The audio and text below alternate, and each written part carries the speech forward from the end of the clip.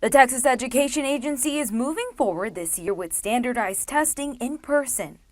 I want the testing, not so much for the rating, but we need to know how our children are doing. We lost 3 months last year, and it's even been tough at the first semester doing a lot of online.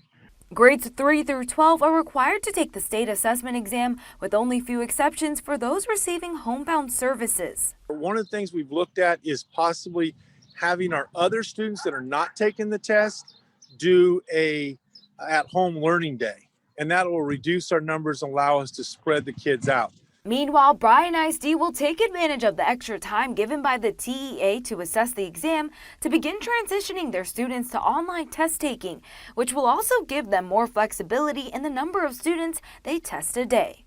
To take advantage of that extended window, and then to help our students start preparing for the mandate from the state that we be all online by 2023. The TEA believes this is still a great time to gauge how well students have done learning their academic material despite all the challenges. Standardized testing is a good tool to know where a student is at a single point in time, but it by no means gives you the whole picture of what a student knows.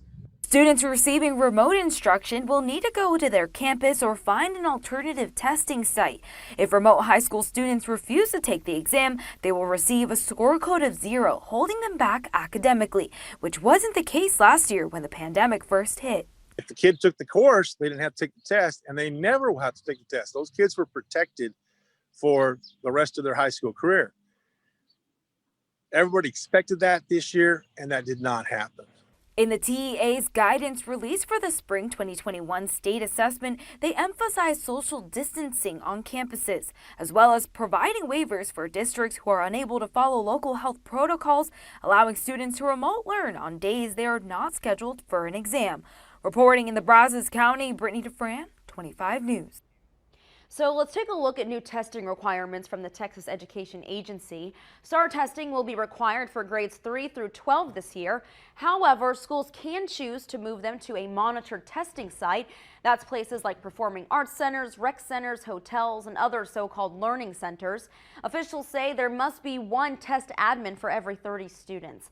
They also require enough internet bandwidth for every student.